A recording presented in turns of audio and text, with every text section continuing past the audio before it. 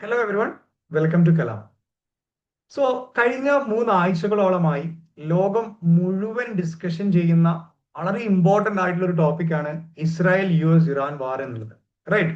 നമ്മുടെ WhatsApp ഗ്രൂപ്പിലായിക്കോട്ടെ, family ഗ്രൂപ്പിലായിക്കോട്ടെ, ഫ്രണ്ട്സിന്റെ ആ ഒരു സർക്കിളിലായിക്കോട്ടെ, യൂട്യൂബ്, ഫേസ്ബുക്ക്, അതുപോലെ തന്നെ ഒരുപാട് ന്യൂസ് ചാനൽസ് എല്ലാവരും നിരന്തരം സംസാരിച്ചു കൊണ്ടിരുന്ന ഒരു വിഷയമായിരുന്നു ഇസ്രായേൽ US ഇറാൻ വാർ എന്നുള്ളത്. അപ്പൊ ഈ ഒരു കഴിഞ്ഞ ഒരു 2-3 ആഴ്ചകൾ നമ്മൾ ഈ വിഷയം സംസാരിക്കുന്ന സമയത്ത് ജസ്റ്റ് ഒരു എക്സ്റ്റേണൽ പാർട്ടി അല്ലെങ്കിൽ ഈ ഒരു യുദ്ധത്തെ പുറമേ നിന്ന് കണ്ടുകൊണ്ട് അതിനെ വിശകലനം ചെയ്യുന്ന ഒരു സാഹചര്യമായിരുന്നു ഉണ്ടായിരുന്നുവെങ്കിൽ കഴിഞ്ഞ ഒരാഴ്ച മുതൽ ഈ ഒരു യുദ്ധം പതിയെ പതിയെ നമ്മളെ ബാധിക്കുന്ന രീതിയിലോട്ട് കാര്യങ്ങൾ സംഭവിച്ചുകൊണ്ടിരിക്കുകയാണ്. റൈറ്റ്?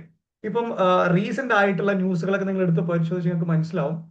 ഇന്ത്യയിൽ തന്നെയുള്ള ടയർ 1 സിറ്റീസിലുള്ള ഹോട്ടൽസുകളിൽ ഗ്യാസ് കിട്ടാത്ത രീതിയിൽ സാഹചര്യങ്ങൾ മാറുകയാണ്. ഡൽഹി, മുംബൈ, ബാംഗ്ലൂർ, ചെന്നൈ പോലുള്ള സിറ്റികളിലൊക്കെ പതിയെ പതിയെ ഹോട്ടൽസുകൾ ഷട്ട് ഡൗൺ ചെയ്യാണ്. ഗ്യാസിന്റെ അവൈലബിലിറ്റി പറ്റി ആളുകളൊക്കെ കൺസേൺ ആവാൻ തുടങ്ങി. ഏജൻസിൽ നിന്ന് ഗ്യാസ് കിട്ടുന്നതിന് കൃത്യമായിട്ടുള്ള ഒരു സമയപരിധി വരാൻ തുടങ്ങിയിട്ടുണ്ട്. ക്രൂഡ് ഓയിലിന്റെ റിസർവ് ഇനി എത്ര ദിവസത്തോളം നമ്മുടെ കയ്യിലുണ്ട് എന്നതിനെ പറ്റി ആൾക്കാർ കുറച്ചും കൂടി ആ ഒരു വിഷയത്തെ പറ്റി അവെയർ ആവാൻ തുടങ്ങിയിട്ടുണ്ട്. അതുപോലെ export import different types of raw മെറ്റീരിയൽസിന്റെ അവൈലബിലിറ്റി, അങ്ങനെ ഒരുപാട് കാര്യങ്ങളെ പറ്റി ഈ ഒരു കഴിഞ്ഞ ആഴ്ച മുതൽ നമ്മളെ ഒരു ചുറ്റുപാടിൽ നിന്ന് നമ്മൾ കാര്യങ്ങൾ കുറച്ചും കൂടി ഡിസ്കഷൻ നടത്താൻ തുടങ്ങിയിട്ടുണ്ട്. സോ ഈ ഒരു സാഹചര്യത്തിൽ ഈ യുദ്ധം പതിയെ പതിയെ നമ്മളെയും എഫക്ട് ചെയ്യുന്ന ഒരു യാഥാർത്ഥ്യം നമ്മളൊക്കെ എന്ത് ചെയ്യാണ് പതിയെ മനസ്സിലാക്കുക എന്നുള്ളതാണ്. ഓക്കെ, അപ്പൊ ഈ ഒരു സിനാരിയോയില് നമ്മൾ ഈ ഒരു യുദ്ധത്തെ പറ്റി കുറച്ചും കൂടി ഈ ഒരു യുദ്ധത്തെ കുറച്ചും കൂടി ഒരു ബിഗർ ഇമേജ് നമ്മൾ കാണേണ്ടതുണ്ട്. അതിന്റെ കൂടെ തന്നെ ഈ ഒരു യുദ്ധം എത്രത്തോളമാണ് നമ്മുടെ രാജ്യത്തെ എഫക്ട് ചെയ്യുന്നത് എന്നുള്ള വിഷയത്തെ പറ്റി നമ്മൾ എന്ത് ചെയ്യേണ്ടതുണ്ട്, കൃത്യമായിട്ട് അനലൈസ് ചെയ്യേണ്ടതുണ്ട്. സോ ഈ ഒരു വിഷയങ്ങളൊക്കെ ഇൻക്ലൂഡ് ചെയ്തുകൊണ്ടാണ് ഞാൻ ഇന്നത്തെ ഈ ഒരു വീഡിയോ ഞാൻ പ്രിപ്പയർ ചെയ്തിട്ടുള്ളത്. സോ ഇതൊരു കൈൻഡ് ഓഫ് കേസ് സ്റ്റഡി രൂപത്തിലാണ് ഞാൻ പ്രിപ്പയർ ചെയ്തിട്ടുള്ളത്. എല്ലാം വളരെ ഡീറ്റെയിൽ ആയിട്ട് ഒരു ഇൻഡെപ്ത് അനലൈസേഷൻ എന്നുള്ള ഒരു കോൺസെപ്റ്റിലാണ് നമ്മുടെ വീഡിയോ മുന്നോട്ട് പോകുന്നത്. സോ നമ്മുടെ ഒരു ഔട്ട്ലൈൻ ഈ രീതിയിലാണ്. So I start with straight of Hormuz. Okay, ഈ യുദ്ധത്തിന്റെ ഒരു കോർ ആയിട്ട് നമ്മൾ ഈ ഒരു യുദ്ധത്തെ പറ്റി നമ്മൾ ഡിസ്കസ് ചെയ്യുന്ന സമയത്ത് ഫസ്റ്റ് സ്റ്റാർട്ട് ചെയ്യുന്നത് സ്ട്രേറ്റ് ഓഫ് ഹോർമസിനെ പറ്റിയാണ്. അതിനുശേഷം മിഡിൽ ഈസ്റ്റിലുള്ള കറന്റ് ഓയിൽ പ്രൊഡക്ഷൻ എത്രത്തോളമാണ്, ഓയിലും അതുപോലെ തന്നെ ഈ പറയുന്ന LPG, ഈ ലിക്വിഫൈഡ് ആയിട്ടുള്ള ഗ്യാസുകളുടെ പ്രൊഡക്ഷന്റെ ഒരു കറന്റ് സിനാരിയോ എങ്ങനെയാണ്, പ്രൊഡക്ഷൻ കൂട്ടിയോ കുറഞ്ഞോ, കുറയാണെന്നുണ്ടെങ്കിൽ ഏത് രീതിയിലാണ്, എത്രത്തോളം ഇന്റൻസിറ്റിയിലാണ് അത് കുറഞ്ഞിട്ടുള്ളത്, അങ്ങനെയുള്ള കാര്യങ്ങളൊക്കെ നമ്മൾ ആ ഒരു ഭാഗത്ത് കുറച്ച് ഡീറ്റെയിൽ ആയിട്ട് നോക്കുന്നതായിരിക്കും. അതിനുശേഷം ഈ ഒരു യുദ്ധത്തിനെ ഏറ്റവും വലിയൊരു ബാരിയർ ആയിട്ട് നിൽക്കുന്ന ഒരു ആസ്പെക്ട് ആണ് ഈ ഇൻഷുറൻസ് എന്നുള്ളത്. അതായത് എക്സ് എന്നുള്ളൊരു പോയിന്റിൽ നിന്ന് വൈ എന്നുള്ളൊരു പോയിന്റിലേക്ക് ഈ ലോജിസ്റ്റിക്സ് അല്ലെങ്കിൽ ഈ സപ്ലൈ ചെയിൻ പാസ് ചെയ്യാനാണെന്നുണ്ടെങ്കിൽ ഒരു പ്രീമിയം ആയിട്ടുള്ള ഒരുപാട് ഹയർ കോസ്റ്റ് ഉള്ള ഇൻഷുറൻസ് വലിയൊരു ബാരിയർ ആയിട്ട് നിൽക്കുന്നുണ്ട്. സോ ആ ഒരു വിഷയത്തെ പറ്റി നമ്മൾ കൃത്യമായിട്ട് അറിയേണ്ടതുണ്ട്. അതിനുശേഷം ഈ ഏഷ്യൻ കൺട്രീസിന്റെ ഒരു പ്രധാനപ്പെട്ട ഒരു പ്രശ്നമാണ് ഈ മിഡിൽ ഈസ്റ്റില് ഒരുപാട് ഡിപ്പെൻഡ് ആയിട്ടുള്ള ഒരുപാട് മേഖലകളുണ്ട്. അത് ഏതൊക്കെയാണ്, എത്രത്തോളമാണ് നമ്മൾ ഡിപ്പെൻഡ് ആയിട്ടുള്ളത്, ആ കാര്യങ്ങളൊക്കെ നമ്മൾ ആ ഒരു ഭാഗത്ത് ഡീറ്റെയിൽ ആയിട്ട് നോക്കുന്നതായിരിക്കും. അതിനുശേഷം ഈ ഓയിൽ പ്രൈസും ഈ ഫുഡ് പ്രൊഡക്ഷനും തമ്മിൽ എന്താണ് കണക്ഷൻ എന്നുള്ള അതിന്റെ ഒരു ഡിഫറൻഷിയേറ്റ് ആയിട്ടുള്ള അല്ലെങ്കിൽ അതിനെ കമ്പയർ ചെയ്യുന്ന ഒരു ആസ്പെക്ട് ഉണ്ട്. അത് നമുക്ക് ഈ ഒരു ഭാഗത്ത് നോക്കേണ്ടതുണ്ട്. ലാസ്റ്റ് ബട്ട് നോട്ട് ലീസ്റ്റ്, ഈ ഒരു യുദ്ധം നമ്മുടെ രാജ്യത്തെ എങ്ങനെ ബാധിക്കും, അത് നമ്മൾ പല മേഖലകളിലായി തിരിച്ചുകൊണ്ട് ഡീറ്റെയിൽ ആയിട്ട് നോക്കേണ്ടതുണ്ട്. LPG, LNG, ക്രൂഡ് ഓയിൽ, അതുപോലെ manufacturing raw materials, industrial raw materials, food supply, അങ്ങനെ ഒരുപാട് ആസ്പെക്റ്റുകൾ നമ്മൾ ആ ഒരു ഭാഗത്ത് ഡീറ്റെയിൽ ആയിട്ട് നോക്കുന്നതായിരിക്കും. Okay, so I start with the strait of Hormuz. Okay, so എന്താണ് ഈ സ്ട്രേറ്റ് ഓഫ് ഹോർമസ്? ഓക്കെ, ഈ ഒരു വിഷയം എല്ലാ ന്യൂസ് ചാനൽസിലും ചർച്ച ചെയ്യപ്പെടുന്ന ഒരു സ്ഥലമാണ് ഈ പറയുന്ന സ്ട്രേറ്റ് ഓഫ് ഹോർമസ് എന്നുള്ളത്, അല്ലെ? അതായത് ഇറാന്റെയും ഒമാന്റെയും ഇടയിൽ വരുന്ന ഒരു 30 കിലോമീറ്റർ വിഡ്ത്തിലുള്ള ഒരു ചെറിയൊരു കടൽ പാതയാണ് ഈ പറയുന്ന സ്ട്രേറ്റ് ഓഫ് ഹോർമസ് എന്നുള്ളത്. ഓക്കെ, സോ നമ്മൾ ഈ ഒരു മാപ്പ് നമുക്ക് കണ്ടു കഴിഞ്ഞാൽ മനസ്സിലാവും, വളരെ നേരോ ആയിട്ടുള്ള ഒരു ഏരിയ ആണ്. അങ്ങനെ ഒരുപാട് സ്പേസ് ആയിട്ടുള്ള ഒരു ഏരിയ അല്ല.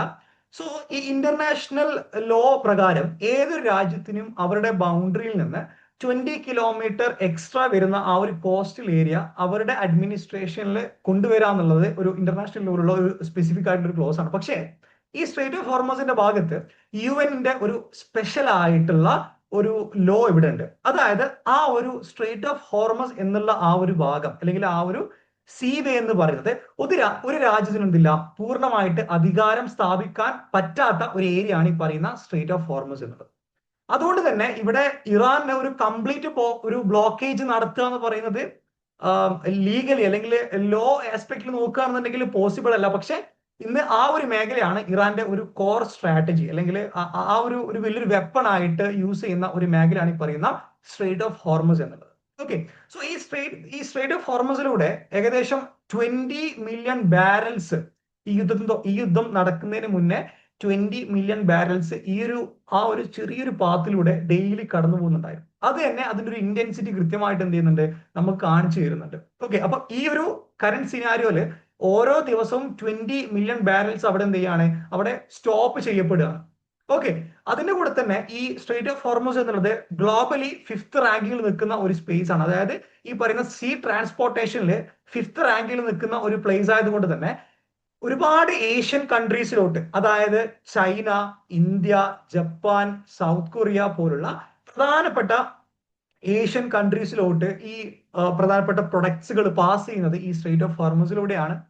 സോ റീസെന്റ് ആയിട്ട് ഇന്റർനാഷണൽ ട്രാൻസ്പോർട്ട് വർക്കേഴ്സ് ഫെഡറേഷൻ എന്ന് പറയുന്ന ഒരു സ്പെസിഫിക് ആയിട്ടുള്ള ഒരു ഗ്രൂപ്പ് എന്ത് ചെയ്യാണ്, ഈ സ്ട്രേറ്റ് ഓഫ് ഹോർമസിനെ ഹൈ റിസ്ക് ഏരിയ ആയിട്ട് എന്ത് ചെയ്യാണ്, അവർ പ്രഖ്യാപിക്കുകയാണ്. റൈറ്റ്, അതിലൂടെ പാസ് ചെയ്യുന്ന ഒരുപാട് ഷിപ്പുകൾക്കെതിരെ മിസൈൽ അറ്റാക്ക് പോലുള്ള വിഷയങ്ങളൊക്കെ വരുന്നതുകൊണ്ട് തന്നെ ഈ സ്ട്രേറ്റ് ഓഫ് ഹോർമസ് എന്നുള്ളത് എന്താണ്, വളരെ റിസ്കി ആയിട്ടുള്ള ഒരു ഏരിയ ആയിട്ട് എന്ത് ചെയ്യാണ്, മാറി നിൽക്കുകയാണ്. ഓക്കെ, സോ ഇതാണ് ഈ ഒരു ഭാഗത്ത് നിങ്ങൾ മനസ്സിലാക്കേണ്ട ഇതിന്റെ കീ ആയിട്ടുള്ള ഒരു ആസ്പെക്ട് എന്നുള്ളത്.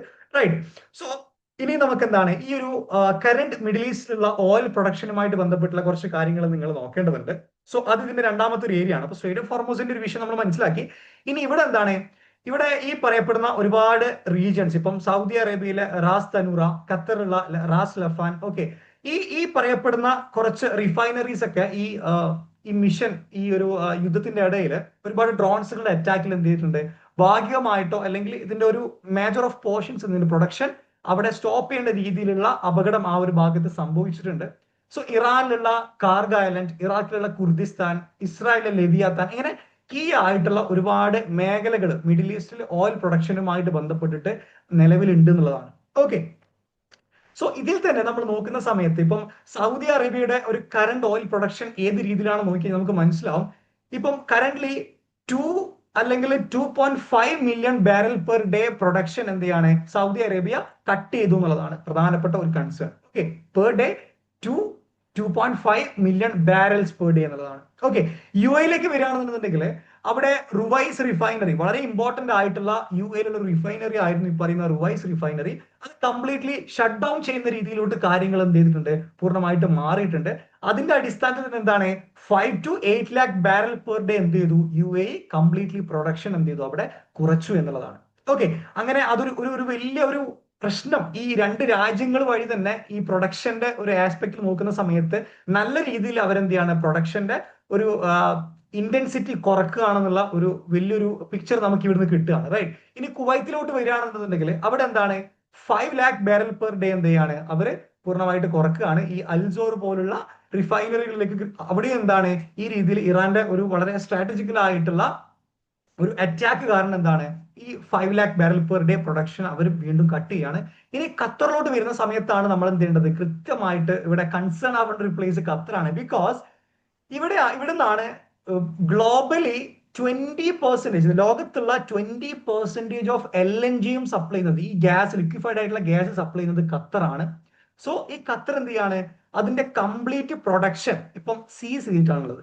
ഓക്കെ, അപ്പൊ അത് ഒരു വലിയൊരു ഇമ്പോർട്ടന്റ് ആയിട്ടുള്ള ഈ ഗ്യാസിന്റെ ആസ്പെക്ടോട് വരുന്ന സമയത്ത് ഈ ഖത്തറിന്റെ ഈ ഒരു ഡിസിഷൻ ആണ് ഒട്ടുമിക്ക എല്ലാ രാജ്യത്തും വളരെ പെട്ടെന്ന് ബാധിക്കാൻ സാധ്യതയുള്ള ഒരു പ്രശ്നം ഉള്ളത്. Okay, ceases the complete production on LNG. 20% of global supply നടത്തിയിട്ടുണ്ടായിരുന്നത് ഈ ഖത്തറിൽ നിന്നായിരുന്നു. റാസ് ലഫൻ അതുപോലെ തന്നെ മെസൈദ് പോലുള്ള റിഫൈനറിലോട്ടുള്ള ഒരു ഭാഗികമായിട്ടുള്ള അല്ലെങ്കിൽ ഒരു പോർഷൻ ഓഫ് അറ്റാക്കിന്റെ അടിസ്ഥാനത്തിലാണ് ഇത്രയും പ്രൊഡക്ഷൻസ് എന്ത് ചെയ്യുന്നത് അവിടെ കുറയ്ക്കാനുള്ള ഒരു പ്രധാനപ്പെട്ട കാരണം. റൈറ്റ്, ഇനി നമ്മള് ഇൻഷുറൻസിന്റെ ഒരു ആസ്പെക്റ്റിലോട്ട് വരികയാണെന്നുണ്ടെങ്കിൽ ഇത് ഒരു വലിയൊരു പ്രശ്നം അല്ലെങ്കിൽ ഒരു ബാരിയർ ആയിട്ട് നിൽക്കുന്ന ഒരു വിഷയമാണ്. നമ്മൾ നേരത്തെ സ്ട്രേറ്റ് ഓഫ് ഹോർമൂസ് എന്നുള്ള വിഷയത്തെ പറ്റി നമ്മൾ ഡിസ്കസ് ചെയ്തു.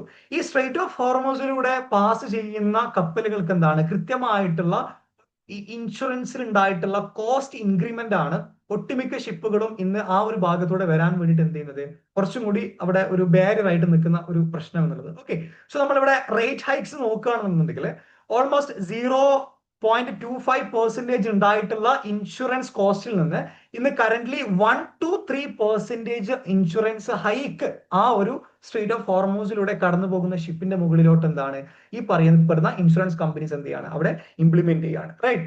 അതുപോലെ തന്നെ 72 hours നോട്ടീസ് ഫ്രം March 5 മുതൽ 72 hours നോട്ടീസിന്റെ അടിസ്ഥാനത്തിലാണ് അവർ എന്ത് ഇൻഷുറൻസ് ഹൈക്ക് ചെയ്തിട്ടുള്ളത്. ഓക്കെ, എന്താണ് ഈ 72 hours നോട്ടീസ് എന്ന് പറഞ്ഞു കഴിഞ്ഞാൽ, യുദ്ധം നടക്കുന്ന ഒരു സിറ്റുവേഷനിൽ പ്രധാനപ്പെട്ട പാർട്ടീസുകളൊക്കെ ഇൻവോൾവ് ആകുന്ന സാഹചര്യം വരികയാണെന്നുണ്ടെങ്കിൽ ആ സ്പെസിഫിക് ആയിട്ടുള്ള ഇൻഷുറൻസ് കമ്പനീസിന് ഈ 72 മണിക്കൂർ മുന്നേ എന്ത് ചെയ്യാൻ പറ്റും, ഈ പറയപ്പെടുന്ന രീതിയിൽ നോട്ടീസ് ഇഷ്യൂ ചെയ്യാൻ പറ്റും. ഓക്കെ, അതിന്റെ അടിസ്ഥാനത്തിൽ March 5 മുതൽ എന്ത് ചെയ്തു, പ്രധാനപ്പെട്ട insurance companies like Gard, Skuld, North Star, London P&L and club exit, okay, ഈ പറയപ്പെടുന്ന പ്രധാനപ്പെട്ട ഇൻഷുറൻസ് കമ്പനീസ് ഒക്കെ 72 മണിക്കൂർ അടിസ്ഥാനത്തിൽ എന്താണ് March 5 മുതൽ കൃത്യമായിട്ടുള്ള ഒരു ഇൻഷുറൻസ് ഹൈക്ക് അവിടെ കൊണ്ടുവരികയാണ്.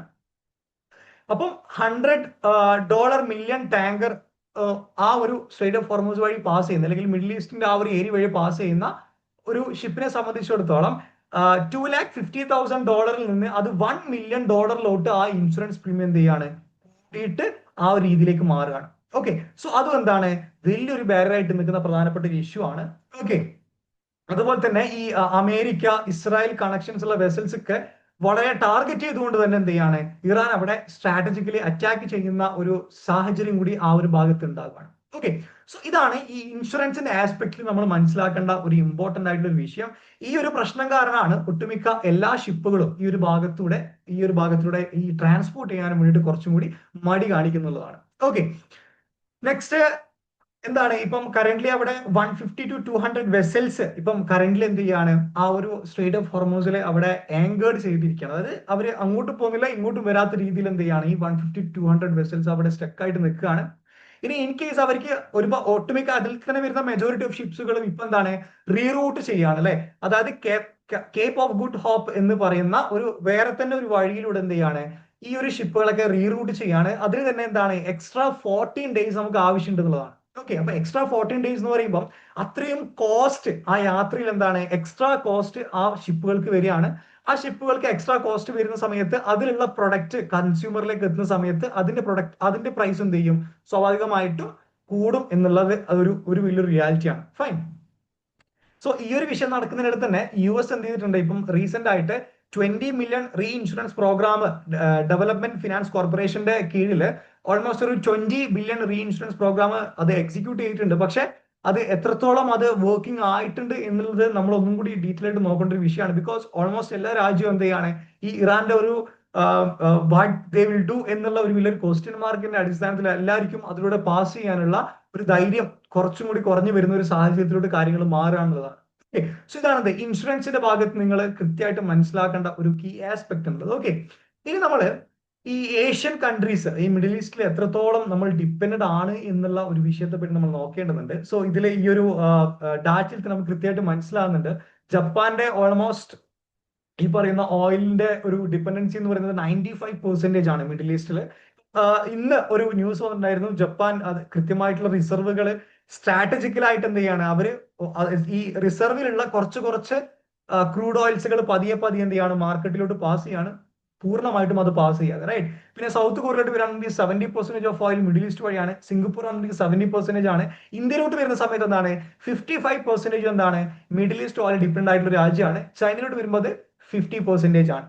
ഓക്കെ, ഇനി ഓയിൽ പ്രൈസ് എങ്ങനെയാണ് ഫുഡ് പ്രൊഡക്ഷനുമായിട്ട് കണക്ട് ചെയ്തിട്ടുള്ളത് എന്നുള്ളത് നമ്മൾ ഒന്ന് കൃത്യമായിട്ട് അതിന്റെ ഒരു പിക്ചർ നോക്കേണ്ടതുണ്ട്. ഈ നമ്മൾ ഈ ഒരു പ്രൊഡക്ഷൻ കോസ്റ്റ് ഉണ്ടല്ലോ, ഇപ്പൊ ഫുഡ് പ്രൊഡക്ഷനുമായിട്ട് ബന്ധപ്പെട്ടിട്ടുള്ള പ്രൊഡക്ഷൻ കോസ്റ്റുകൾക്കൊക്കെ ഒരു കൃത്യമായിട്ട് നമുക്ക് പ്രധാനപ്പെട്ട 2 കോസ്റ്റുകൾ ഉണ്ടാവും. ഓക്കെ, ഫിക്സഡ് കോസ്റ്റ് ഉണ്ടാവും, അതുപോലെ തന്നെ വേരിയബിൾ കോസ്റ്റ് ഉണ്ടാവും. റൈറ്റ്. അപ്പോ ഈ ഫുഡ് പ്രൊഡക്ഷന്റെ വേരിയബിൾ കോസ്റ്റിൽ അല്ലെങ്കിൽ ഈ വേരിയബിൾ കോസ്റ്റിൽ 50% ഡിപ്പെൻഡ് ആയിരിക്കുന്നത് ഓയിൽ പ്രൈസിന്റെ അടിസ്ഥാനത്തിലാണ്. അതുകൊണ്ട് തന്നെ ഈ ഓയിൽ പ്രൈസിൽ ഉണ്ടായിട്ടുള്ള വളരെ ഇമ്പോർട്ടന്റ് ആയിട്ടുള്ള ഈ ഒരു പ്രശ്നം അത് കൃത്യമായിട്ട് തന്നെ ഫുഡ് പ്രൊഡക്ഷനെ ബാധിക്കുന്ന ഒരു വലിയ ഇമ്പോർട്ടന്റ് ആയിട്ടുള്ള ഒരു കൺസേൺ ആണെന്നുള്ളതാണ്. ഓക്കെ.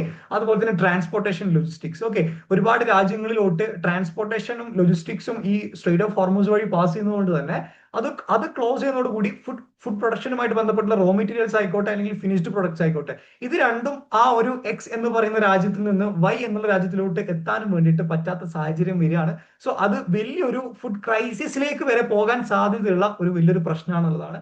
അതുപോലെ തന്നെ ബയോഫ്യൂവൽ പ്രൊഡക്ഷൻ. ഓക്കെ, ഈ ബയോഫ്യൂവൽ പ്രൊഡക്ഷനുമായിട്ട് ബന്ധപ്പെട്ടിട്ടുള്ള ഈ റിസോഴ്സുകൾ, എനർജികളൊക്കെ നമുക്ക് ഈ പറയുന്ന ഈ മിഡിൽ ഈസ്റ്റ് വഴി വരേണ്ടതാണ്. അതും എന്ത് ചെയ്യാണ്, അവിടെ ബ്ലോക്ക് ചെയ്ത് നിൽക്കുക എന്നുള്ളതാണ്. ഓക്കെ, സോ ഇതാണ് ഈ പറയുന്ന ഓയിൽ പ്രൈസ് ആൻഡ് ഫുഡ് പ്രൊഡക്ഷനിലും ഇതെന്ത് ചെയ്യുന്നുണ്ട്, ഈ ഒരു യുദ്ധം വളരെ കൃത്യമായിട്ട് അതിനെ എഫക്ട് ചെയ്തിട്ടുണ്ട് എന്നുള്ളതാണ്. ഓക്കെ, ഇനി നമുക്ക് എങ്ങനെയാണ് ഈ ഓയിൽ പ്രൈസ് അല്ലെങ്കിൽ ഈ പറയുന്ന ഓയിൽ പ്രൈസ് എന്ന് നമുക്ക് ആ ഒരു നാരോ പിക്ചറിൽ പറയുന്നതിന് പകരം ഈ ഒരു യുദ്ധം എങ്ങനെയാണ് ഇന്ത്യയെ എഫക്ട് ചെയ്യാൻ പോകുന്നത് നമുക്ക് ജസ്റ്റ് ഒന്ന് നോക്കാം. അപ്പൊ അത് നമുക്ക് LPG എന്നുള്ള ഒരു സെക്ടറിലേക്ക് വരികയാണെന്നുണ്ടെങ്കിൽ ഓൾമോസ്റ്റ് നമ്മുടെ ആനുവൽ കൺസംഷൻ എന്ന് പറയുന്നത് തന്നെ എൽ പി ജിയുടെ ഒരു ആനുവൽ കൺസംഷൻ വരുന്നത് 3.13 ക്രോർ ടൺസ് ആണ്.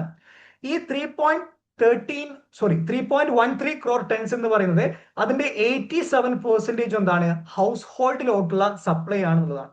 ഓക്കെ, സോ അതിൽ തന്നെ നമുക്ക് മനസ്സിലാവും ഈ LPGയുടെ ഒരു മെജോറിറ്റി ഓഫ് സ്റ്റേക്ക് ഹോൾഡർ, അല്ലെങ്കിൽ അത് സ്റ്റേക്ക് ഹോൾഡർ എന്ന് പറയാൻ പറ്റില്ല, അതിന്റെ ഒരു മെജോറിറ്റി ഓഫ് കൺസ്യൂമർ എന്ന് പറയുന്നത് ഹൗസ് ഹോൾഡ് ആണ്. ഓക്കെ, ബാക്കി വരുന്നത് മാത്രമാണ് ഈ പറയുന്ന വേറെ ഒരുപാട് സെക്കൻഡറി പാർട്ടീസിലോട്ട് പോകുന്നത്. അതുകൊണ്ട് തന്നെ ഈ ഒരു LPG ഷോർട്ടേജ് വളരെ പെട്ടെന്ന് എഫക്ട് ചെയ്യാൻ പോകുന്നത് ഹൗസ് ഹോൾഡിലോട്ടാണ്. നമ്മളെ പോലെയുള്ള അല്ലെങ്കിൽ എല്ലാ നാട്ടിലുള്ള ഈ പറയുന്ന റൂറൽ ഏരിയാസ് അല്ലെങ്കിൽ കുറച്ചും കൂടി അർബനിൽ നിന്ന് വിട്ടുമാറിയിട്ടുള്ള ഹൗസ് ഹോൾഡ്സിനെ കൃത്യമായിട്ട് എഫക്ട് ചെയ്യുന്നതാണ്. ഓക്കെ, അതുപോലെ തന്നെ ഈ നമ്മുടെ രാജ്യത്തിലോട്ടുള്ള 80-85% LPG എന്ന് പറയുന്നത് നമ്മൾ എന്ത് ചെയ്യാണ്, ഈ പറയുന്ന ഇമ്പോർട്ട് വഴിയാണ് നമ്മൾ എന്ത് രാജ്യം വാങ്ങിക്കുന്നത്. ഓക്കെ, അതായത് ഓൾമോസ്റ്റ് 2.5 ക്രോർ ടൺസുകളോളം നമ്മുടെ രാജ്യം ഇമ്പോർട്ട് ചെയ്യാണ്. അത് ചൈന കഴിഞ്ഞാൽ ഏറ്റവും കൂടുതൽ LPG ഇമ്പോർട്ട് ചെയ്യുന്ന ഒരു രാജ്യം എന്ന് പറയുന്നത് നമ്മുടെ രാജ്യം ഇന്ത്യയാണ്. ഓക്കെ, അതുപോലെ തന്നെ ഈ പറയപ്പെടുന്ന ഇമ്പോർട്ടിൽ തന്നെ ഓൾമോസ്റ്റ് ഓൾ ഇമ്പോർട്ട് വരുന്നത് എവിടെ നിന്നാണ്, മിഡിൽ ഈസ്റ്റ്. അപ്പൊ ഖത്തറിന്റെ വിഷയം ഞാൻ മുന്നേ പറഞ്ഞു. അപ്പൊ ഈ ഖത്തറിന് ഈ 20% ഓഫ് ഗ്ലോബൽ എക്സ്പോർട്ട് നടക്കുന്നത് ഖത്തറിൽ തന്നെയാണ്. അപ്പൊ ആ ഒരു ഗ്ലോബൽ എക്സ്പോർട്ടിന്റെ ഒരു ബയ്യറാണ് നമ്മുടെ രാജ്യം. ഓക്കെ, സോ അതുകൊണ്ട് തന്നെ ഇത് നല്ല രീതിയിൽ നമ്മൾ എഫക്ട് ചെയ്യാൻ പോകുന്ന ഒരു വലിയൊരു പ്രശ്നമാണ് ഈ പറയുന്ന LPG ക്രൈസിസ് എന്ന് പറയുന്നത്. ഓക്കെ, അതുപോലെ തന്നെ ഇപ്പൊ നമ്മളൊരു ഇതിന്റെ ഒരു സ്റ്റോക്ക് എടുത്തു കഴിഞ്ഞാൽ ഇപ്പം LPGയുടെ ഒരു പ്രധാനപ്പെട്ട ഒരു പ്രശ്നം എന്താണെന്ന് വെച്ച് കഴിഞ്ഞാൽ ഇപ്പൊ ക്രൂഡ് ഓയിലായിട്ട് നമ്മൾ കമ്പയർ ചെയ്യുന്ന സമയത്ത് ക്രൂഡ് ഓയിലിന്റെ ഒരു പ്രത്യേകത അത് കുറച്ചും കൂടി റിസർവ് ഉണ്ടാകും എന്നുള്ളതാണെന്നുണ്ടെങ്കിൽ LPG എന്ന് പറയുന്നത് പൊതുവെ ഒരു രാജ്യവും അങ്ങനെ ഒരു റിസർവ് ആക്കി വെക്കാത്ത ഒരു കൈൻഡ് ഓഫ് റിസോഴ്സസ് ആണ്. ഓക്കെ, അതുകൊണ്ട് തന്നെ ഇപ്പം കറന്റ്ലി ചിലപ്പം LPG ഡിസ്ട്രിബ്യൂട്ടേഴ്സിന്റെ ഇടയിലൊക്കെ ഒരു 2-3 വീക്സിനോളം സ്റ്റോക്ക് ഉണ്ടാകുന്ന സാഹചര്യം മാത്രമേ ഇപ്പോൾ ഉള്ളൂ. അപ്പം ആ ഒരു 2-3 വീക്സ് കഴിഞ്ഞാൽ എന്താണ് നമുക്ക് ഈ LPGയുമായി ബന്ധപ്പെട്ട കൺസേൺ എത്രത്തോളം ആണ് എന്നുള്ളത് നമുക്ക് നെക്സ്റ്റ് വരുന്ന വീക്കിൽ നമുക്ക് അറിയാൻ പറ്റും. ഓക്കെ, ഇനി ഇൻ കേസ് ഇതിന്റെ ഒരു ക്രിട്ടിക്കൽ സിറ്റുവേഷനിൽ വരികയാണെന്നുണ്ടെങ്കിൽ ഒരുപാട് അനാലിസ്റ്റുകൾ പറയുന്നത് നമുക്ക് എന്ത് ചെയ്യാൻ പറ്റും, ഈ പറയുന്ന US, ആഫ്രിക്ക, റഷ്യ പോലുള്ള രാജ്യങ്ങളിൽ നിന്ന് നമുക്ക് ഈ പറയുന്ന LPG നമുക്ക് കൃത്യമായിട്ട് ഇമ്പോർട്ട് ചെയ്യാൻ പറ്റും. പക്ഷെ അവിടെ ഒരു പ്രശ്നം എന്താണെന്ന് വെച്ച് കഴിഞ്ഞാൽ നമ്മൾ മിഡിൽ ഈസ്റ്റിൽ നിന്ന് നമ്മൾ ഇമ്പോർട്ട് ചെയ്യുകയാണെന്നുണ്ടെങ്കിൽ നമുക്ക് ഓൾമോസ്റ്റ് ഒരു 5 to 7 ഡേയ്സ് മാത്രം നമുക്ക് വേണ്ടിയിരുന്നു എന്നുണ്ടെങ്കിൽ ഇവിടെ ഈ പറയുന്ന ഈ ആഫ്രിക്ക, റഷ്യ, US പോലുള്ള രാജ്യങ്ങളിൽ നമ്മൾ ഇമ്പോർട്ട് ചെയ്യുന്ന സമയത്ത് 25 to 45 ഡേയ്സ് നമുക്ക് എന്ത് ചെയ്യണം, ആ ഒരു LPG അവിടുന്ന് എക്സ്പോർട്ട് ചെയ്ത് ഇവിടെ എന്ത് ചെയ്യണം, അത് എത്തണം. ഓക്കെ, സോ ആ ഒരു ട്രാൻസ്പോർട്ടേഷൻ എക്സ്പെൻസ് അത് മൊത്തം എന്ത് ചെയ്യുന്നു, ഈ കൺസ്യൂമറിലോട്ട് വരുന്ന രീതിയിലോട്ട് കാര്യങ്ങൾ മാറുന്നതാണ്. ഓക്കെ, അതുകൊണ്ട് തന്നെ ഈ LPG എന്നുള്ളത് കൃത്യമായിട്ട് ഈ ഒരു യുദ്ധം അല്ലെങ്കിൽ ഈ ഒരു കോൺഫ്ലിക്റ്റ് കുറച്ചും കൂടി മുന്നോട്ട് പോവുകയാണെന്നുണ്ടെങ്കിൽ നമ്മളെ കൃത്യമായിട്ട് ബാധിക്കുന്ന ഒരു പ്രശ്നമാണ്. ഓക്കെ, ഇനി LNGയിലോട്ട് വരികയാണെന്നുണ്ടെങ്കിൽ 68% ഇമ്പോർട്ട് LNGയുടെ ഒരു 68% ഇമ്പോർട്ട് നടക്കുന്നത് മിഡിൽ ഈസ്റ്റ് വഴിയാണ്.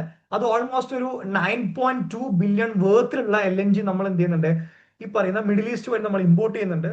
സോ ഈ LNG നമ്മൾ കൂടുതൽ യൂസ് ചെയ്യുന്നത് ഫെർട്ടിലൈസ് മാനുഫാക്ചറിങ്ങിനാണ്. ഓക്കെ, അവിടെ തന്നെ ഒരു വലിയൊരു കൺസേൺ അവിടെ വന്നു അല്ലെ. അതായത് ഈ ഫെർട്ടിലൈസ് മാനുഫാക്ചറിങ് വഴിയാണ് നമ്മുടെ രാജ്യത്ത് ഡൊമസ്റ്റിക് ഫുഡ് പ്രൊഡക്ഷൻ ഒക്കെ നടക്കേണ്ടത്. അപ്പൊ LNGയുടെ അൺഅവൈലബിലിറ്റി എന്ത് ചെയ്യുന്നു, നമ്മുടെ ഡൊമസ്റ്റിക് ആയിട്ടുള്ള ഫുഡ് പ്രൊഡക്ഷനെയും ബാധിക്കുന്ന രീതിയിലോട്ട് കാര്യങ്ങൾ മാറുന്നു.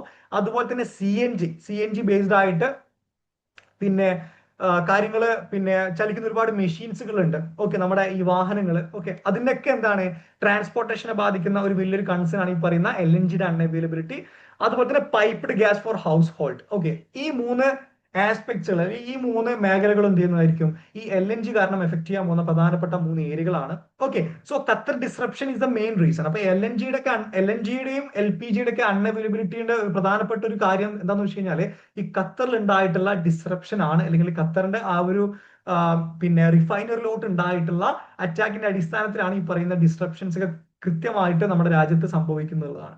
ഓക്കെ, നെക്സ്റ്റ് നമ്മൾ ക്രൂഡ് ഓയിലിന്റെ വിഷയം പറയുകയാണെന്നുണ്ടെങ്കിൽ നമ്മളെ ഇത് എല്ലാ രാജ്യത്തും ഈ ഒരു ക്രൂഡ് ഓയിലിന്റെ കാര്യം വരുന്ന സമയത്ത് കുറെ കൂടി ഈ LPG LNG പോലുള്ള വിഷയങ്ങൾ കമ്പയർ ചെയ്യുമ്പോൾ കുറച്ചും കൂടി സേഫ് ആണ്. ബിക്കോസ് എല്ലാ രാജ്യത്തും ഒരു സ്പെസിഫിക് ആയിട്ടുള്ള റിസർവ് ആ രാജ്യത്തിന് എപ്പോഴും ഉണ്ടാകും എന്നുള്ളതാണ്. ഓക്കെ, സോ നമ്മുടെ രാജ്യത്ത് 90% ക്രൂഡ് ഓയിൽ നമ്മൾ എന്ത് ചെയ്യാണ്, നമ്മൾ മറ്റുള്ള രാജ്യങ്ങളിൽ നിന്ന് ഇമ്പോർട്ട് ചെയ്യാണ്. Okay, so 2.5 million two 2.7 million barrels per day നമ്മൾ ഇമ്പോർട്ട് ചെയ്യുന്നുണ്ട്. അതിൽ തന്നെ 40% നമ്മൾ എന്താണ് മിഡിൽ ഈസ്റ്റ് വഴിയാണ് നമ്മൾ ഇമ്പോർട്ട് ചെയ്യുന്നത്. ഓക്കെ, ഇനി അല്ലാതെ തന്നെ 40 to 50 passes through straight of Hormuz. Okay, അതായത് സ്ട്രെയിറ്റ് ഓഫ് ഹോർമോസ് വഴി എന്താണ് ഈ പറയുന്ന 40 to 50% ഓഫ് ഇമ്പോർട്ട് എന്ത് ചെയ്യുന്നുണ്ട്, ക്രൂഡ് ഓയിൽ നമ്മുടെ രാജ്യത്തോട്ട് നമ്മൾ ഇമ്പോർട്ട് ചെയ്യുന്നുണ്ട്.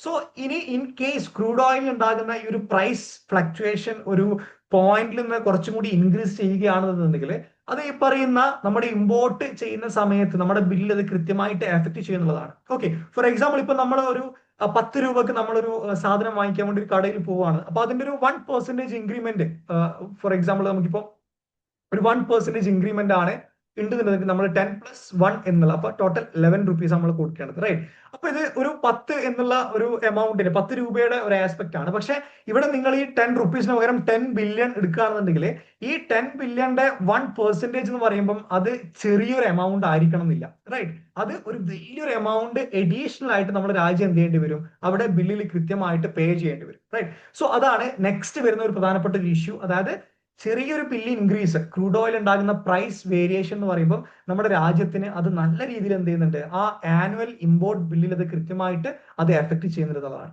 ഓക്കെ, സോ ഇതാണ് ഈ ക്രൂഡ് ഓയിൽ ഒരു പിക്ചറിൽ നോക്കുന്ന സമയത്ത് നമ്മുടെ രാജ്യത്തിന് ഉണ്ടാകുന്ന ഒരു പ്രധാനപ്പെട്ട ഒരു കൺസേൺ എന്ന് പറയുന്നത് ഈ പറയപ്പെടുന്ന കുറച്ച് ആസ്പെക്ട്സ് ആണ്.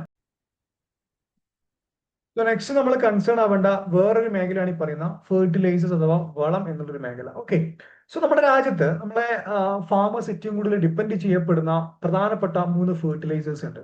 അതിൽ ഫസ്റ്റ് വരുന്നതാണ് ഈ പറയുന്ന നൈട്രജൻ, പിന്നെ വരുന്നതാണ് ഈ പറയുന്ന ഫോസ്ഫറസ്, പിന്നെ വരുന്നതാണ് പൊട്ടാഷ്യം. ഓക്കെ, സോ ഇതിന്റെ യൂസേജ് എന്ന് പറയുന്നത് 8:3:1 ആണ്. അതായത് ഏറ്റവും കൂടുതൽ ഫാമേഴ്സ് യൂസ് ചെയ്യുന്ന ഒരു ഫെർട്ടിലൈസർ എന്ന് പറയുന്നത് തന്നെ ഈ പറയുന്ന നൈട്രജൻ ആണ്, which is made out of urea എന്നതാണ്. ഓക്കെ, സോ ഇനി യൂറിയ എന്നുള്ള ആ ഒരു ഫെർട്ടിലൈസർ റോ മെറ്റീരിയൽ ഒരു ആസ്പെക്ടോട് നമ്മൾ നോക്കുന്ന സമയത്ത് നമ്മുടെ രാജ്യത്ത് almost 28 to 29 million tons urea നമ്മുടെ രാജ്യത്തിന്റെ പ്രൊഡക്ഷൻ നടത്തുന്നുണ്ട്. പക്ഷേ നമ്മുടെ രാജ്യം ഒരു വർഷം കൺസ്യൂം ചെയ്യുന്ന, നമ്മുടെ ഫാമേഴ്സ് ഒരു വർഷം കൺസ്യൂം ചെയ്യപ്പെടുന്ന ഈ യൂറിയ റിലേറ്റഡ് ആയിട്ടുള്ള ഈ ഒരു ഫെർട്ടിലൈസറിന്റെ യൂസേജ് എന്ന് പറയുന്നത് 35 to 39 ടൺസ് ആണ്. അതായത് ഓൾമോസ്റ്റ് അറൌണ്ട് 7 to 10 മില്യൺസ് ടൺസിന്റെ ഒരു ഷോർട്ടേജ് അവിടെ വരുന്നുണ്ട്. ഓക്കെ, സോ ഈ വരുന്ന ഷോർട്ടേജിൽ വരുന്ന ഇത്രയും യൂറിയ എന്ന് പറയുന്നത് നമ്മൾ എവിടെ നിന്നാണ്, നമ്മൾ ഈ പറയുന്ന മിഡിൽ ഈസ്റ്റിൽ നിന്നാണ് നമ്മൾ ചെയ്യുന്നത്. അതിന്റെ 63% നമ്മൾ ഇമ്പോർട്ട് ചെയ്യുന്നത്. ഓക്കെ, അപ്പൊ ഈ ഒരു ഡിസ്റപ്ഷനിലൂടെ, ഈ സ്ട്രെയിറ്റ് ഓഫ് ഹോർമോസിലുള്ള ഡിസ്റപ്ഷനിലൂടെ നമ്മുടെ രാജ്യത്തോട്ട് വരേണ്ട ഈ പറയുന്ന യൂറിയ അവൈലബിലിറ്റി കൃത്യമായ രീതിയിൽ അത് കുറയാണ്. സോ ആ കുറയുന്നതിലൂടെ നമ്മുടെ ഡൊമസ്റ്റിക് പ്രൊഡക്ഷൻ, നമ്മുടെ ഈ ഫുഡ് പ്രൊഡക്ഷനുമായിട്ട് ബന്ധപ്പെട്ടിട്ടുള്ള ഒരുപാട് വിഷയങ്ങൾ ഈ ഒരു ഭാഗത്ത് വരാൻ സാധ്യതയുണ്ട് എന്നുള്ളതാണ്. ഓക്കെ, അതുപോലെ തന്നെ ഇതിന്റെ ഈ ഒരു ഭാഗത്ത് നമ്മൾ നോക്കേണ്ട വേറൊരു രസകരമായിട്ട് ഒരു വിഷയം എന്ന് വെച്ച് കഴിഞ്ഞാൽ നമ്മുടെ രാജ്യത്ത് നമ്മൾ യൂറിയ പ്രൊഡക്ഷൻ നടത്തുന്നു പറഞ്ഞു ഓൾമോസ്റ്റ് 20 to 29 മില്യൺ ടൺസ്. ആ 28 to 29 മില്യൺ ടൺസുകളുടെ പ്രൊഡക്ഷൻ നടത്തുന്നത് എങ്ങനെയാണ്, LNG യൂസ് ചെയ്തിട്ടാണ്. ഓക്കെ, അപ്പൊ LNGയുടെ അൺഅവൈലബിലിറ്റി എന്ന് പറയുന്നത് എന്താണ്, നമ്മുടെ ഡൊമസ്റ്റിക് പ്രൊഡക്ഷൻ എന്ത് ചെയ്യുന്നു, യൂറിയ ഡൊമസ്റ്റിക് പ്രൊഡക്ഷൻ വഴി എന്താണ് അത് കുറയാണ്, ബിക്കോസ് LNG അൺഅവൈലബിൾ ആണ്, റൈറ്റ്? അതുപോലെ തന്നെ വരുന്ന നെക്സ്റ്റ് ഒരു ഫെർട്ടിലൈസർ ആണ് ഈ പറയുന്ന D ammonium phosphate. Okay, DAP എന്ന് പറയുന്നത് അതിന്റെ 32% നമ്മൾ എന്ത് ചെയ്യാണ്, ഈ പറയുന്ന മിഡിൽ ഈസ്റ്റ് കൺട്രീസിൽ നിന്ന് നമ്മൾ ഇമ്പോർട്ട് ചെയ്യാണ്. ഓക്കെ, അപ്പൊ ഫെർട്ടിലൈസർ വഴി നമ്മൾ ഈ രീതിയിൽ ഫുഡ് പ്രൊഡക്ഷനുമായിട്ട് ബന്ധപ്പെട്ട കുറച്ച് മേഖലയിൽ എന്ത് ചെയ്യുന്നുണ്ട്, ഈ ഒരു ഭാഗം കൃത്യമായിട്ട് എഫക്ട് ചെയ്യുന്നുള്ളതാണ്. ഓക്കെ, നെക്സ്റ്റ് പേരാണ് ഈ പറയപ്പെടുന്ന ഇൻഡസ്ട്രിയൽ അതുപോലെ തന്നെ കൺസ്ട്രക്ഷൻ മെറ്റീരിയലുമായി ബന്ധപ്പെട്ട കാര്യങ്ങളാണ്. സോ ഇതിലോട്ട് നമ്മൾ നോക്കുന്ന സമയത്ത് 1.2 ബില്യൺ ഇമ്പോർട്ട് ഓഫ് പോളിതൈലിൻ പോളിമേഴ്സ്, അതായത് ഈ പറയുന്ന പ്ലാസ്റ്റിക് കണ്ടെയ്നേഴ്സ്, ഓക്കെ, പ്ലാസ്റ്റിക്കുമായി ബന്ധപ്പെട്ടിട്ടുള്ള ഒരുപാട് ഡിഫറെന്റ് പ്രൊഡക്റ്റുകൾ, ഇതൊക്കെ നമ്മൾ എന്താണ് ഇതിന്റെ ഈ ഒരു പ്രൊഡക്റ്റുകൾ ഉണ്ടാക്കാൻ വേണ്ടിയിട്ടുള്ള പോളിതൈലിൻ നമ്മൾ എന്ത് ചെയ്യാണ്, അതിന്റെ 1.2 ബില്യൺ നമ്മൾ ഈ മറ്റുള്ള രാജ്യങ്ങളിൽ നിന്ന്, പ്രത്യേകിച്ച് മിഡിൽ ഈസ്റ്റിൽ നമ്മൾ ഇമ്പോർട്ട് ചെയ്യാണ്. സോ അത് എന്ത് ചെയ്യുന്നുണ്ട്, കൃത്യമായിട്ട് ഈ ഒരു സ്ട്രെയിറ്റ് ഓഫ് ഹോർമോസിന്റെ ക്ലോഷറിങ്ങിലൂടെ കൃത്യമായിട്ട് നമ്മൾ എഫക്ട് ചെയ്യാൻ പോകുന്ന പ്രധാനപ്പെട്ട ഒരു വിഷയമാണ്. ഇപ്പം റീസെന്റ് ആയിട്ടുള്ള ഈ ബാംഗ്ലൂർ പോലുള്ള സിറ്റികളിലൊക്കെ പലരും വിളിക്കുന്ന സമയത്ത് പറയുന്നുണ്ട് ഈ പ്ലാസ്റ്റിക് പാക്കറ്റ് ഇപ്പൊ അവൈലബിൾ ആകുന്നില്ല, അല്ലെങ്കിൽ മാർക്കറ്റിൽ അതിന്റെ പിന്നെ എമൗണ്ട് കുറച്ചും കൂടി കൂടി വരികയാണ്. ഓക്കെ, സോ അത് ഒരു നമ്മളെ പ്രധാനമായിട്ട് കൺസേൺ ചെയ്യേണ്ട ഒരു പ്രധാനപ്പെട്ട ഒരു മേഖലയാണ്. അതുപോലെ തന്നെ 483 മില്യൺസ് വർത്ത് ലൈം സ്റ്റോൺ നമ്മൾ മിഡിൽ ഈസ്റ്റിൽ നിന്ന് ഇമ്പോർട്ട് ചെയ്യാണ്, റൈറ്റ്. അപ്പൊ ഈ പറയപ്പെടുന്ന സിമെന്റ്, ഓക്കെ, അതുപോലെ തന്നെ കൺസ്ട്രക്ഷൻസുമായി ബന്ധപ്പെട്ടുള്ള ഒരുപാട് കാര്യങ്ങൾ നമ്മൾ യൂസ് ചെയ്യുന്നതാണ് ഈ പറയുന്ന ലൈം സ്റ്റോൺ എന്ന് പറയുന്നത്. ഓക്കെ, അതിൽ തന്നെ 483 മില്യൺസ് നമ്മൾ എന്ത് ചെയ്യാണ്, ഈ പറയപ്പെടുന്ന രീതിയിൽ മിഡിൽ ഈസ്റ്റിൽ നിന്ന് ഇമ്പോർട്ട് ചെയ്യാണ്. സോ അതും നമ്മൾ എന്ത് ചെയ്യുന്നതായിരിക്കും, കൃത്യമായിട്ട് എഫക്ട് ചെയ്യാൻ പോകുന്ന ഒരു വലിയൊരു കൺസേൺ ആയിരിക്കാം. ഓക്കെ, പിന്നെ എന്താണ് 190 million worth of reduced iron. Okay, ഈ പറയപ്പെടുന്ന റെഡ്യൂസ്ഡ് അയൺ നമ്മളെ ഈ കൃത്യമായിട്ടുള്ള ഒരു ഇമ്പോർട്ടിൽ വരുന്ന പ്രധാനപ്പെട്ട ഒരു ഏരിയ ആണ്. അതുപോലെ തന്നെ copper wire 860 million worth copper wire, അതുപോലെ തന്നെ 129 മില്യൺ വർത്ത് ജിപ്സം. ഓക്കെ, ഇങ്ങനെ ഒരുപാട് കൺസ്ട്രക്ഷൻസുമായി ബന്ധപ്പെട്ടുള്ള ഇൻഡസ്ട്രീസുമായി ബന്ധപ്പെട്ടുള്ള ഒരുപാട് റോ മെറ്റീരിയൽസിന്റെ അവൈലബിലിറ്റിയും ഈ പറയപ്പെടുന്ന യുദ്ധത്തിലൂടെ നമുക്ക് എന്ത് ചെയ്യുന്നതായിരിക്കും, ഒരു ബാരിയർ ആയിട്ട് വരുന്ന ഒരു വിഷയമായിട്ട് മാറുന്നതാണ്.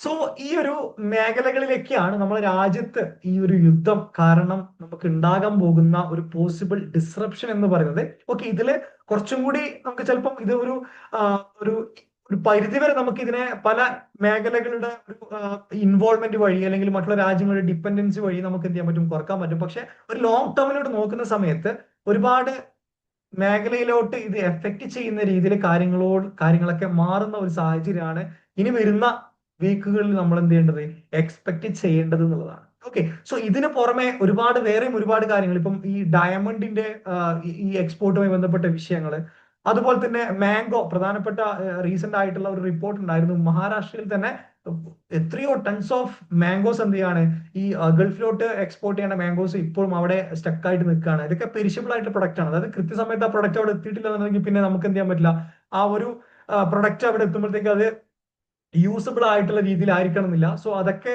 ഈ ഒരു സ്ട്രെയിറ്റ് ഓഫ് ഹോർമോസിന്റെ ഒരു ഡിസ്ട്രപ്ഷനിലൂടെ ബാധിക്കുന്ന പ്രധാനപ്പെട്ട കുറച്ച് ഇഷ്യൂസ് ആണ്. ഓക്കെ, അങ്ങനെ ഒരുപാട് നമ്മൾ ഇനി ഡീറ്റെയിൽ ആയിട്ട് നോക്കുന്ന സമയത്ത് ഇനിയും ഒരുപാട് മേഖലകളിലൊക്കെ ഈ ഒരു പ്രശ്നം കൃത്യമായിട്ട് എഫക്ട് ചെയ്തിട്ടുണ്ടാവാം.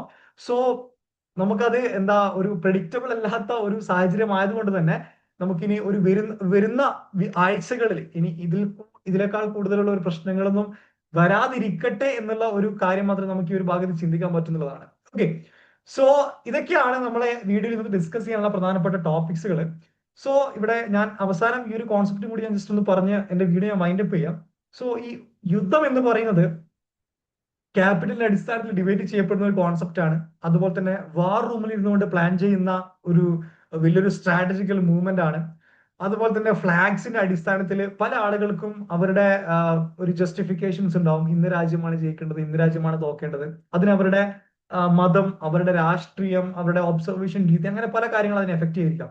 ഓക്കെ, പക്ഷെ ഇതിന്റെ ഒരു പ്രധാനപ്പെട്ട ഒരു പ്രശ്നം എന്താന്ന് വെച്ച് കഴിഞ്ഞാല് ഇതിനൊന്നും ഇൻവോൾവ് അല്ലാത്ത സാധാരണ ജീവിതം നയിച്ചു പോകുന്ന ഒരാളെ സംബന്ധിച്ചിടത്തോളം, അല്ലെങ്കിൽ ഒരു സ്പെസിഫിക് ആയിട്ടുള്ള വില്ലേജിനെ സംബന്ധിച്ചിടത്തോളം എവിടെയോ നടക്കുന്ന യുദ്ധം പോലും എന്ത് ചെയ്യാണ്, ഈ ചെറിയ ചെറിയ ഗ്രാമങ്ങളിലോട്ട് വരെ അതിന്റെ ഇമ്പാക്ട് എത്തുകയാണെന്നുള്ള ഒരു വലിയ റിയാലിറ്റി എല്ലാവരും കൃത്യമായിട്ട് മനസ്സിലാക്കേണ്ടതുണ്ട്. അതുകൊണ്ട് തന്നെ നമുക്ക് എന്താണ് ഈ യുദ്ധം ഒരുപാട് ദിവസം മുന്നോട്ട് പോകാതിരിക്കാനുള്ള ഒരു യുനോ ഒരു ഹോപ്പ് നമുക്ക് വെക്കാന്നുള്ള ഒരു കാര്യം നമുക്ക് ചെയ്യാൻ പറ്റുള്ളൂ. So so that's all about today's video. So ഇതുപോലെ നിങ്ങൾക്ക് വളരെ ഇൻഫോർമേറ്റീവ് ആയിട്ടുള്ള വീഡിയോസ് നിങ്ങൾക്ക് ആക്സസ് ചെയ്യണം എന്നുണ്ടെങ്കിൽ നമ്മുടെ ചാനൽ ജസ്റ്റ് ഒന്ന് സബ്സ്ക്രൈബ് ചെയ്യാം. So that's all about today. Thank you, thanks everyone, and Jai Hind.